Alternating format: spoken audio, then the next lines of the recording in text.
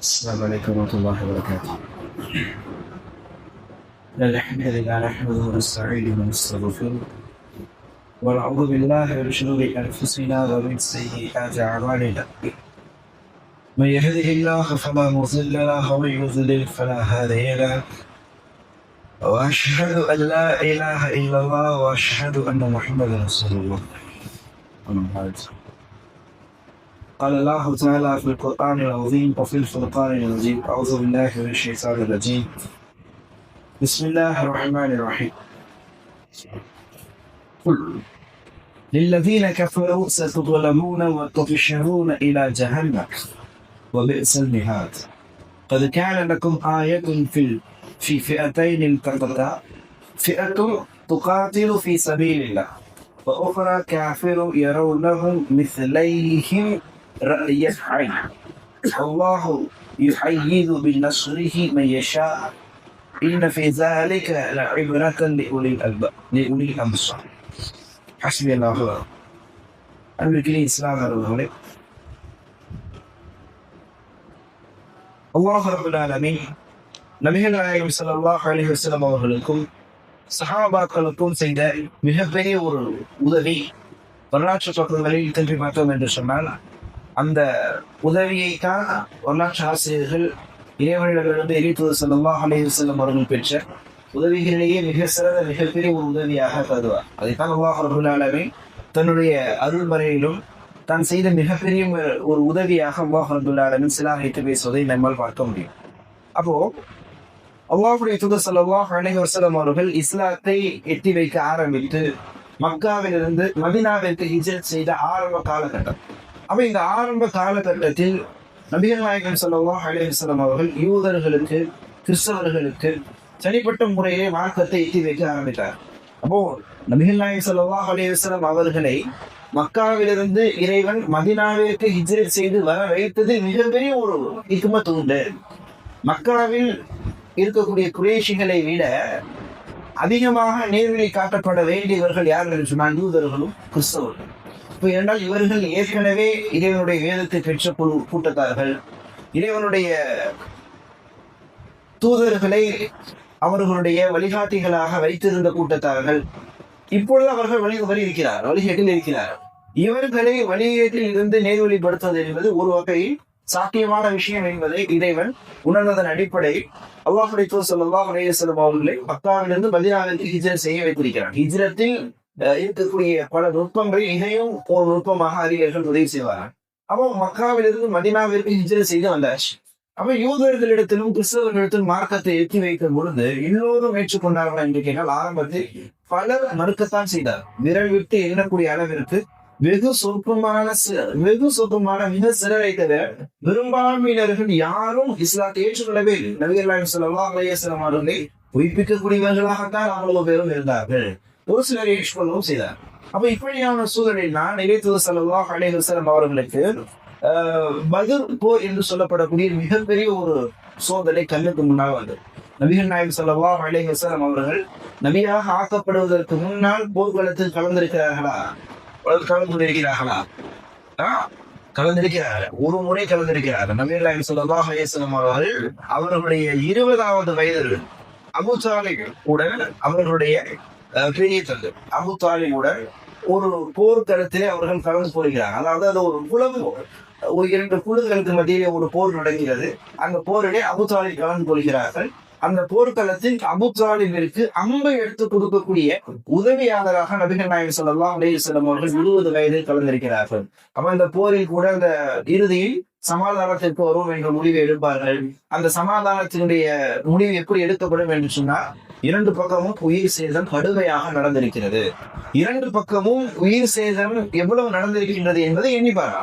உதாரணத்திற்கு உங்களுடைய குழுவில் ஒரு 50 பேர் இறந்திருக்கிறார்கள், எங்களுடைய குழுவில் ஒரு 50 பேர் இறந்திருக்கின்றார்கள் என்று சொன்னால் 50க்கு 50 சரியாயிடுச்சு.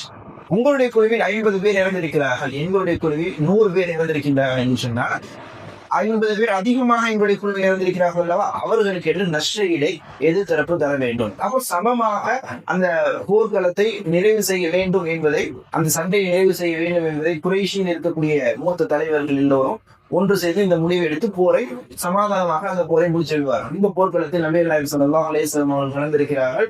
அந்த போர்க்களத்தினுடைய இறுதியில் ஒரு ஒப்பந்தம் ஒன்றும் நடைபெறும். நபிகள் நாயகம் ஸல்லல்லாஹு அலைஹி வஸல்லம் அவர்களும் அந்த ஒப்பந்தத்தில் கலந்து கொண்டிருப்பார்கள். என்ன ஒப்பந்தம் என்று சொன்னால், மக்காவை பொறுத்தளவில் மக்காவை சார்ந்தவர்களாக இருந்தாலும் சரி, அரபுலக மக்களாக இருந்தாலும் சரி, அல்லது வெளியூரில் இருந்து பிரயாணப்பட்டு உள்ளூருக்கு வரக்கூடிய மக்களாக இருந்தாலும் சரி, இவர்களுக்கு எவராக இருந்தாலும் ஒரு அநீதம் இணைக்கப்பட்டது என்று சொன்னால் நாம் எல்லோரும் ஒன்று சேர்ந்து அவர்களுக்கான நீதியை பெற்றுத் தர வேண்டும் என்ற ஒரு ஒப்பந்தம் நபிகள் நாயகம் ஸல்லல்லாஹு அலைஹி வஸல்லம் 20 வயதில் மக்காவில் ஏற்றப்படுகிறது. நபிகள் நாயகம் ஸல்லல்லாஹு அலைஹி வஸல்லம் அவர்கள் நபியாக ஆனதற்கு பின்னால் கூட இந்த ஒப்பந்தம் சம்பந்தமாக மக்களுக்கு மத்தியிலே சொல்வார்கள். ஒரு நாள் பழைய விஷயங்கள் எல்லாம் நினைவு கூர்ந்துவிட்டு, என்னுடைய 20வது வயது அப்படியாக ஒரு ஒப்பந்தம் நடந்தது, நான் நபியாக ஆக்கப்பட்டதற்கு பின்னால் இப்படி ஒரு ஒப்பந்தம் நடந்திருந்தாலும் அந்த ஒப்பந்தத்தில் நான் கலந்து கொள்வேன். நான் இதுவரை கலந்து கொண்ட ஒப்பந்தங்களில் மிக சிறந்த ஒப்பந்தமாக நான் அதையே கருதுகிறேன் என்பதாக நபிகள் நாயகம் ஸல்லல்லாஹு அலைஹி வஸல்லம் அவர்கள் நபியாக ஆக்கப்பட்டதற்கு பின்னால் கூட அது சம்பந்தமாக சொல்லுவாங்க. இப்போ நபிகள் நாயகம் ஸல்லல்லாஹு அலைஹி வஸல்லம் அவர்களுக்கு போர்க்கள அறிவு ஓரளவுக்கு இருந்திருக்கிறது. அதுவும் பெரிய ஒரு போர்க்களம் இல்லை என்று சொன்னாலும் ஒரு குலம் ரீதியாக நடக்கக்கூடிய, அதுவும் மிகப்பெரிய ஒரு சண்டையாக தான் நடக்கும். நான் நினைப்பதை போன்று ஒரு காலையில் ஆரம்பிச்சு மத்தியானம் முடிகிறது, சாயந்தரம் முடிகிறது கிடையாது. நாட்களுக்கு மாத கணக்கில் நடந்து போறது. அவன் அப்படியாக மாத கணக்கில் நடந்து போர்க்களத்தை கூட நபிகள் நாயகம் ஸல்லல்லாஹு அலைஹி வஸல்லம் அவர்கள் இருந்திருக்கிறார்.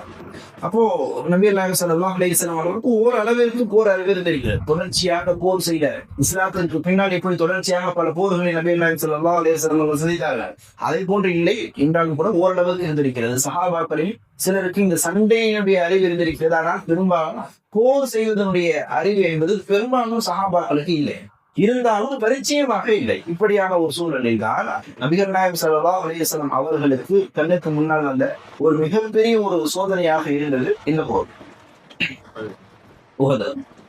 பத்ர் யுத்தம். அப்ப அந்த பத்ர் யுத்தத்தில் அல்லாஹ் ரப்பல் ஆலமீன் சொற்பமான சஹாபாக்களை கொண்டு இஸ்லாமிய படைக்கு வெற்றி அடைத்தார். எப்படி வெற்றி அடைத்தார்?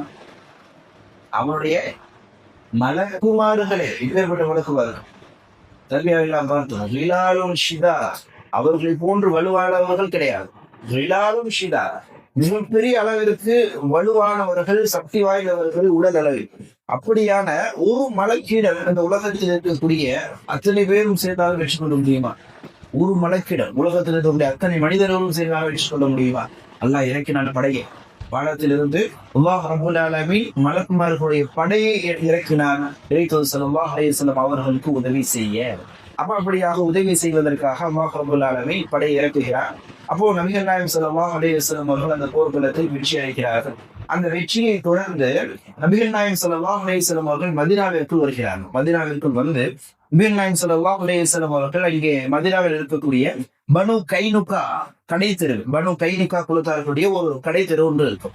அந்த கடைத்தெருவில் இருக்கக்கூடிய யூதர்களை சந்தித்து யூதர்கள் எல்லோரையும் ஒன்று திரட்டி நபிகள் நாயகம் ஸல்லல்லாஹு அலைஹி வஸல்லம் அவர்கள் சொல்லி காட்டுகின்றார்கள், யூதர்களே, குறைஷிகள் எப்பேற்பட்டவர்கள் என்று உங்களுக்கு தெரியும். அவர்களுக்கு இன்றைய தினம் அல்லாஹ் ரப்பல் ஆலமீன் கொடுத்த தோல்வியை குறித்து நீங்கள் இப்போது அறிந்திருப்பீர்கள். இதிலிருந்து நீங்கள் ஒன்றை தெளிவு பெற்றுக் கொள்ளலாம். எங்களின் பக்கம் இறைவன் இருக்கிறார். நாங்கள் இறைவனுடைய மார்க்கத்தை எடுத்து சொல்வதற்காக வந்திருக்கிறோம் என்பதற்கு மிகப்பெரிய ஒரு சான்றாக இது உங்களிடத்தில் இருக்கிறது.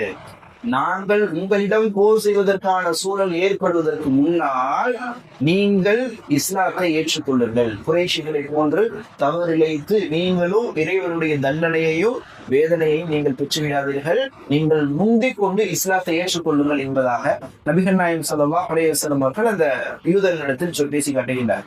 அந்த யூதர்கள் சொல்லி காட்டுகின்றார்கள், அவர்கள் இதைவிட மிகப்பெரிய நபிமார்களையும், மிகப்பெரிய நபிமார்கள் என்று சொன்னால் என்ன, மிகப்பெரிய போர்க்களத்தை பார்த்த நபிமார்கள், மிகப்பெரிய சோதனைகளை பார்த்த நபிமார்கள் எல்லாம் பார்த்த சமூகம் அவர்கள். அவர்கள் இவ்வளவு எளிமையாக ஏற்றுக்கொள்வார்களா? மூசா அலைஹிஸ்ஸலாம் அவர்களை பார்த்த சமூகத்தார்கள் அவர்கள். அப்ப அவர்கள் சொல்லி காட்டுகின்றார்கள், யா முஹம்மத், குறைஷிகளுக்கெல்லாம் என்ன தெரியும்? அவர்களுக்கு சண்டையில் பரிச்சயம் இருக்கிறதா, அல்லது அவர்களுக்கு எங்களை போன்று போர் செய்ய தெரியுமா? அதாவது நம்ம சொல்லுவோம் அல்லவா, சின்ன பையன் அடிச்சு போட்டு எங்க கிட்ட வந்து பேசக்கூடாதுன்னு சொல்லுவோம்ல, அதே பாணியில் யூதர்கள் நபிகள் நாயகம் ஸல்லல்லாஹு அலைஹி வஸல்லம் பேசி காட்டுகின்றார். போய் நம்ம குறைஷிகளை எல்லாம் நீங்கள் அடித்து வென்று விட்டு அதை வைத்து எங்களிடம் நீங்கள் பேசாதீர்கள், எங்களிடம் நீங்கள் போர் செய்யக்கூடிய ஒரு சூழல் வந்தது என்று சொன்னால் நிச்சயமாக நாங்கள் தான் வெற்றி கொள்ளக்கூடிய ஒரு சூழலாக இருக்கும். நீங்கள் வெற்றி கொள்ளலாம் என்று கனவில் கூட நீங்கள் நினைத்து பார்க்காதீர்கள் முகமது என்பதாக சொல்லி நபிகள் நாயகம் ஸல்லல்லாஹு அலைஹி வஸல்லம் அவர்கள் யூதர்கள் திருப்பி அனுப்புகிறார்கள். இந்த செய்தி நடந்தவுடன் அப்பொழுதுதான் அல்லாஹ் ரப்பல் ஆலமீன் இந்த சூரத்து ஆல இம்ரானில் பதிவு செய்யப்பட்டிருக்கக்கூடிய இதே வசனத்தை போன்று தொடர்ந்து இருக்கக்கூடிய 12வது அத்தியாயத்தினுடைய 13வது வசனத்தை அல்லாஹ் ரப்பல் ஆலமீன் அறிவிக்கிறார். இதை இப்னு அப்பாஸ் ரலியல்லாஹு அன்ஹு அவர்கள் அறிவிக்கிறார்கள்.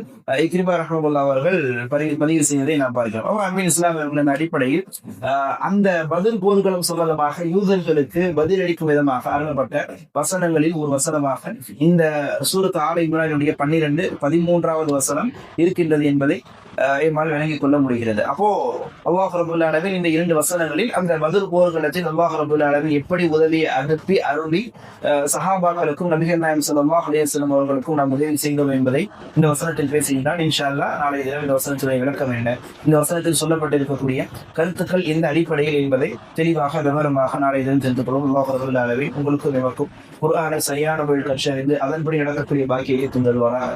هذا من يريد الله قول هذا استغفر لنا ولكم ولجميع المسلمين المؤمنين اجمعين. سبحانك اللهم وبحمدك اشهد ان لا اله الا انت استغفرك واتوب اليك. السلام عليكم ورحمه الله وبركاته.